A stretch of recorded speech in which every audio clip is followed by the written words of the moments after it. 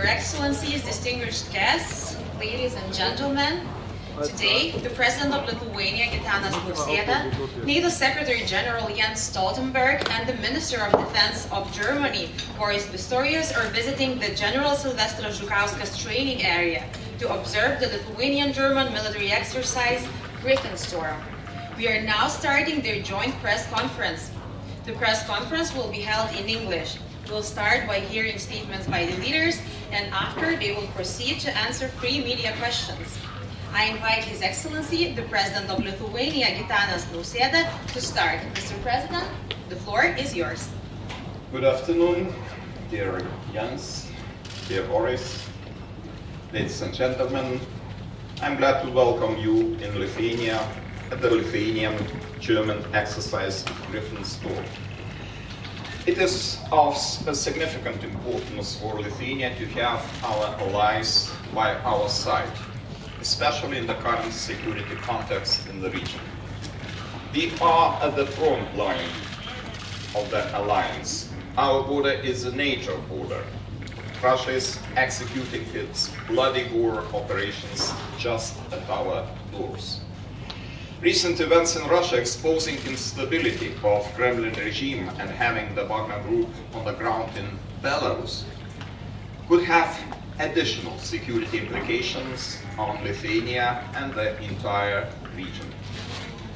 This is why the presence of our allies and the commitment to collective defense are so important to Lithuania.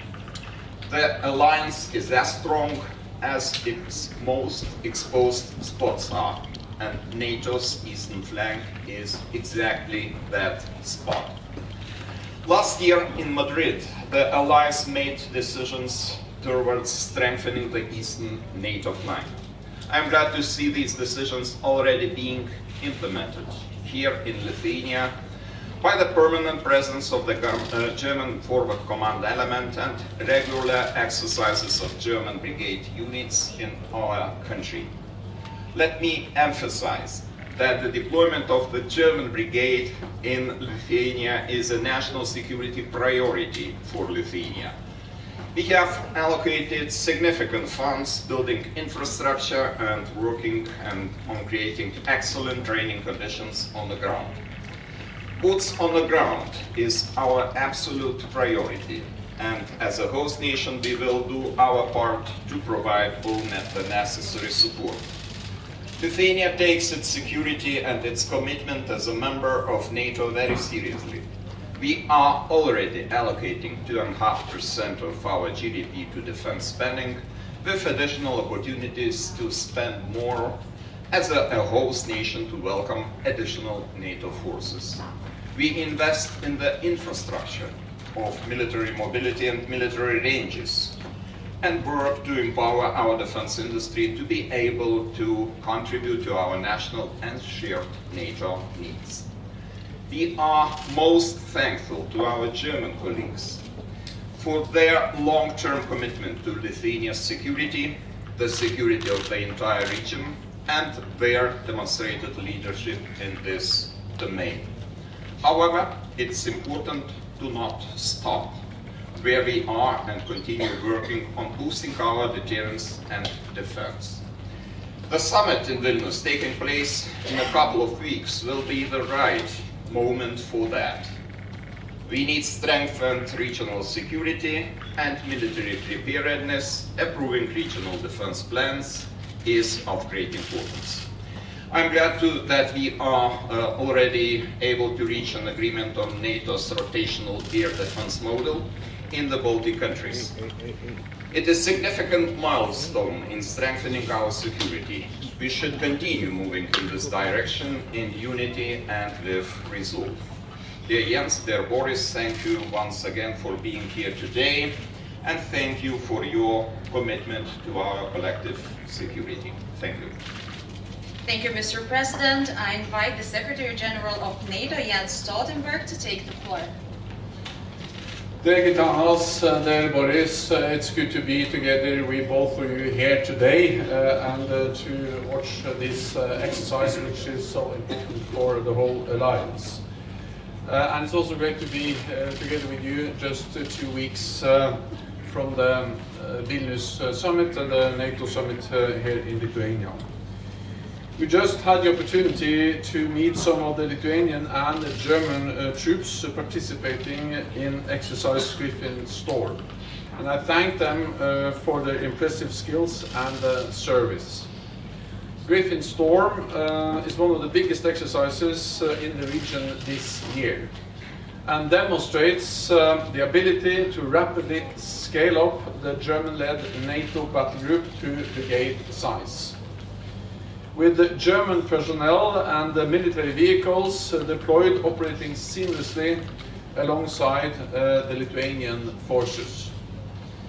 This exercise sends a clear message. NATO is ready to defend every inch of Allied territory. There are now over 40,000 troops under NATO command, primarily in the eastern part of the alliance, backed by significant air and naval power.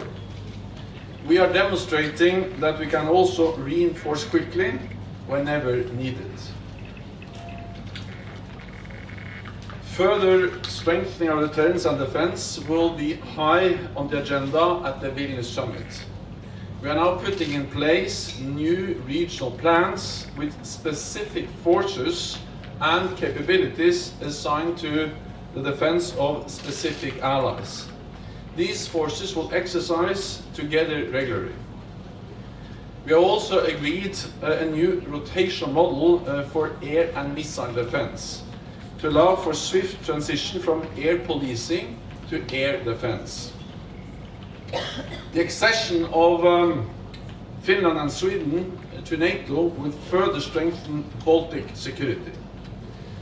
I spoke yesterday to President Erdogan and I am also in contact with the Swedish and the Finnish government, and we agreed to convene a high-level meeting in Brussels before the summit. This meeting will include foreign ministers, heads of intelligence, and national security advisors. The aim is to make progress in completing Sweden's accession to NATO. Support to Ukraine is a top priority for the summit. And I commend both Lithuania and Germany for providing critical support and training which helps save lives every day. At the summit, we will agree a multi-year package of assistance and upgrade our political ties with Ukraine. This will bring Ukraine closer to its rightful place in NATO. At the same time, we continue to monitor the ongoing situation in Russia. The events over the weekend are an internal Russian matter. And one more demonstration of the big strategic mistake that President Putin has made with his illegal war against Ukraine.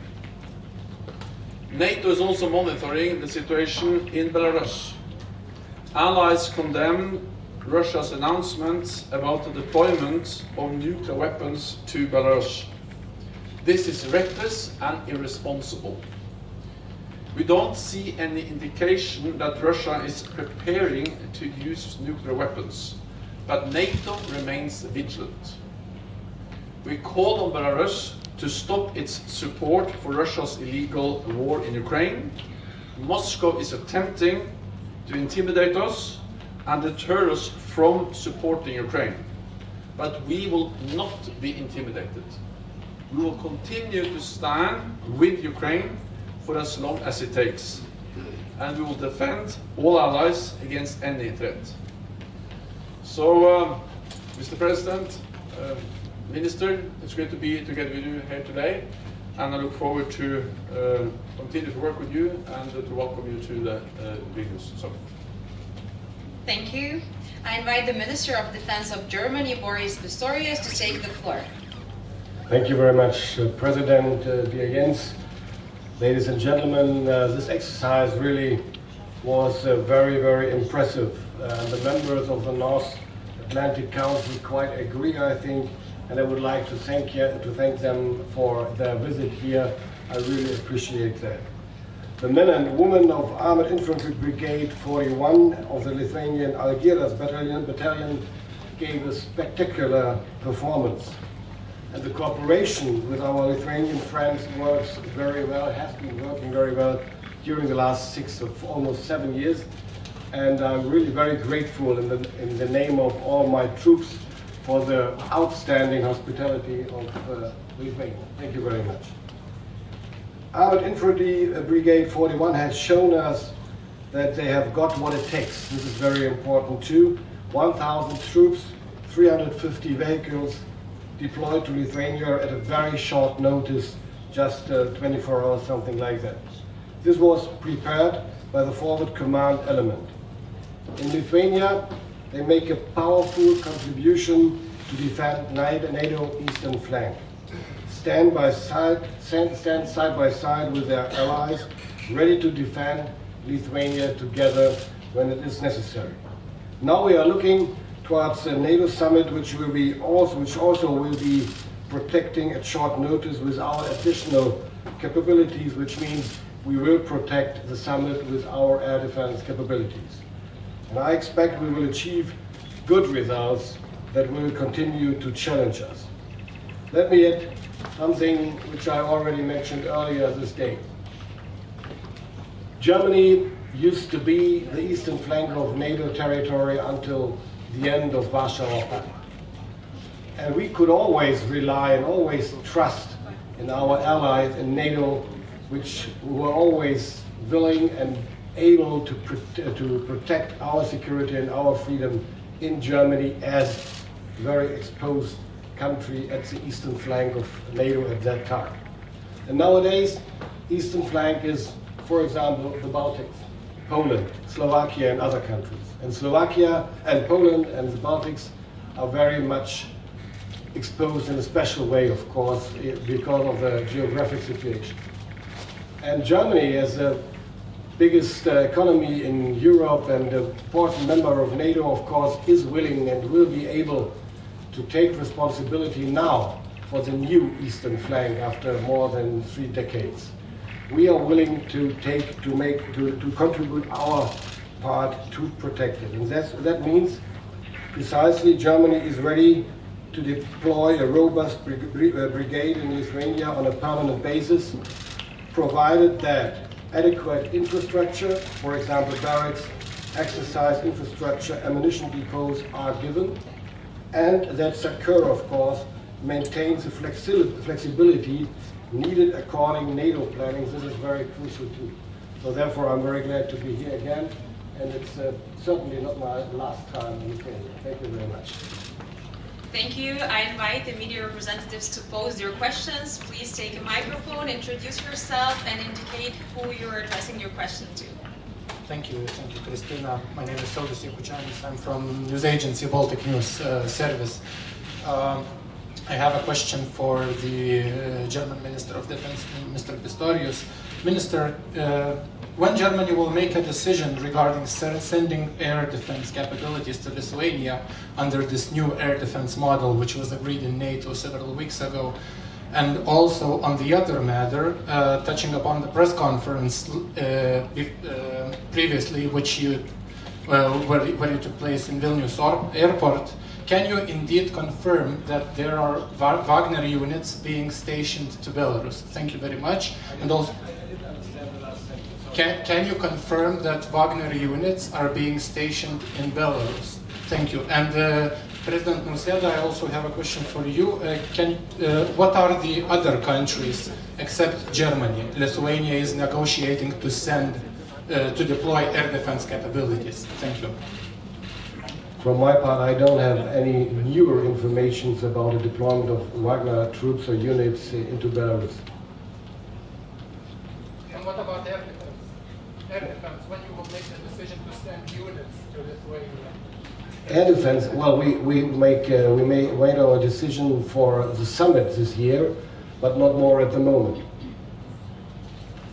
This is the issue I would like to to touch too, because air defense systems are critically important, especially in the crisis scenario. Of course, the air policing missions are important during the peacetime, but air defense systems are much more important if the situation starts to deteriorate. And the war in Ukraine showed that really to control the airspaces is one of the most important possibilities to reduce the losses, especially during initial stage of the crisis.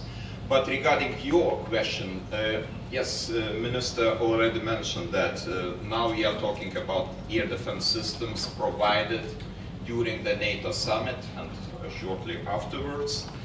We are talking about air defense systems on a rotational basis after the Vilnius summit. And I already started my discussions with different allies, namely Netherlands, France, Germany, and other countries, but so far it's very complicated issue to answer this question and who will be responsible for which part or which element of air defense systems. Much more important is that we already have the conclusion or decision on the NATO level that air defense systems in the eastern flank on rotational basis, this is probably adequate response to the current situation, and we are looking forward to cooperate with our partners in the nearest future regarding this issue. Thank you. We have a second media question, please. Natalia Drozdek from Bloomberg. Thank you so much for the questions. For Secretary Stoltenberg, what impact does NATO expect the Wagner events to have on the battlefield in Ukraine? And German Minister Pistorius, I was curious to ask, why did Germany change its decision about having permanent troops based in Lithuania? Was this at all tied to the Wagner events over the weekend, or was this in motion already before? Thank you. I think what we've seen in Russia over the last days demonstrates the fragility of the German regime. And of course it is a demonstration of weakness when there are... Sorry? Not the German regime. No, sorry, the Russian. Sorry, they're quite stable at the moment. Sorry. We see the weakness of the Russian regime, and it also demonstrates how difficult and dangerous it is for President Putin to be reliant on mercenaries. That has actually turned against him. And it also demonstrates that it is hard to predict exactly what will now happen in the next days and weeks. But we should not make the mistakes that we are underestimating the Russians. So we need to continue to provide support to Ukraine. And that's exactly what NATO allies are doing with military support, but also support for the long term.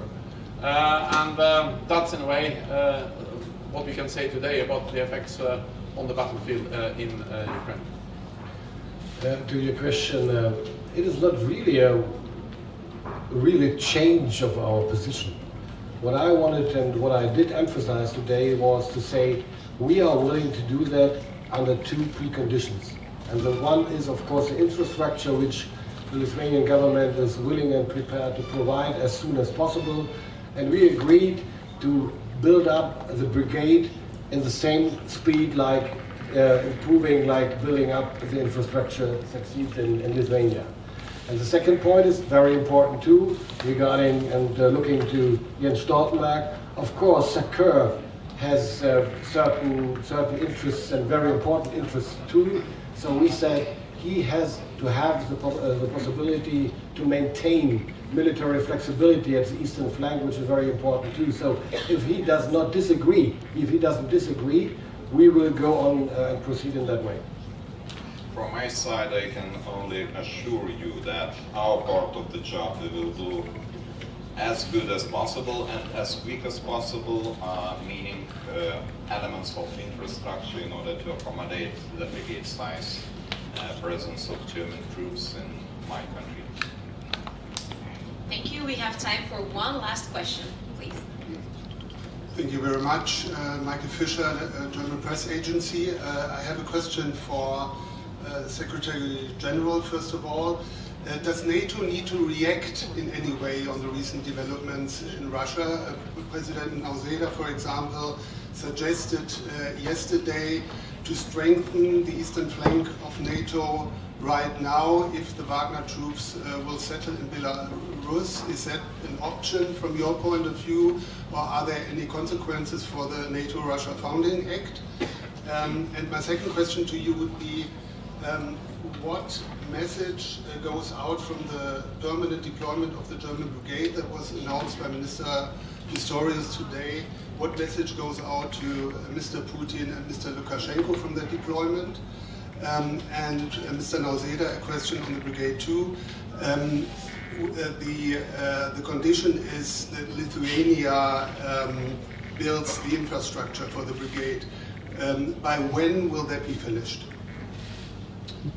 Let me start by saying that we, of course, very much welcome the German leadership, which has been demonstrated throughout actually a long time, but it's very much enhanced by the German announcement today, because a German-led battle group, but also more German troops deployed here, shows a strong German commitment to our collective defense, to our shared security, and it's part of the adaptation of NATO which has taken place since 2014, with high readiness of forces, but also with more deployments of combat-ready NATO troops in the eastern part of the lines, including the battle groups, and one of them is the German-led battle group here in Lithuania.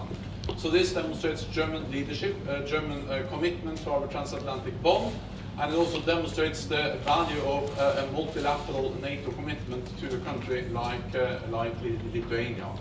It sends, of course, a message, our presence here, and also the exercise we just watched, of a NATO readiness and a NATO capability to defend every inch of NATO territory. And the reason we do that is, of course, not to provoke a conflict, but it is to prevent the conflict, because credible deterrence is about preventing war, it's about preventing conflict, it's about preventing an attack and preserving peace. And this is not only about forward presence, which is important, but it's also about pre-positioned equipment supplies, high readiness, and exercises. So it's all of this together, backed also by significant air and naval power. And that also fits into the issue of air defense. I think, of course, land-based air defense systems are important, but we have to understand that when we now have this rotation model in place for air defense, which can make it easier for us to switch from air policing to air defense, air forces is also part of air defense, and naval forces can also provide significant air defense capabilities on very short notice. So this is the German announcement is welcomed, and it's part of a pattern, a big adaptation of NATO that have taken place over several years. One more thing about this is that we will also make important decisions at the Vilnius Summit on the new force structure, the new force model, and also with plans that will dedicate specific forces to protect specific territories. This is the first time since actually the Cold War where we are going to have plans linked to specific forces to protect specific territories. Then the first question was on NATO reaction on development in Russia. Yeah, well, so first of all, I think it's a bit early to say exactly because things may still evolve. Second, we are of course monitoring very closely, and we are able to react quickly if there is a need. At the same time, I think it is important to remind you all that this is about internal Russian matters, and therefore what NATO is focused on is to support Ukraine. It demonstrates the fragility of the Russian regime, but it's not for NATO to intervene in those issues. That's a Russian matter. What matters for NATO is to not be intimidated, not be prevented from continue to provide unprecedented support for Ukraine, and also, of course, to have the necessary deterrence and defense. We have that already. We have increased our presence over the years, and with the German announcement, we have another example of how allies are increasing their presence. But again, it's not all about presence, it's all about the ability to have early warnings, indications, and then react quickly if there is a need, and this exercise demonstrates exactly that. My part of the question, we simplify the procedures and technical procedures, legal procedures in order to be able to finalize the building of infrastructure by 2026, but I will be not angry if the Minister of Defense, which is sitting in front of me, will finalize in 2025.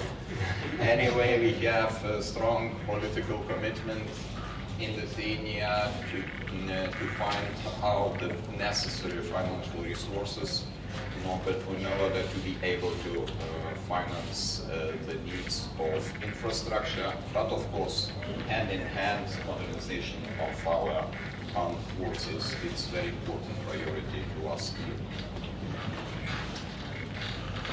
Thank you. The press conference is over. I wish everyone a pleasant afternoon.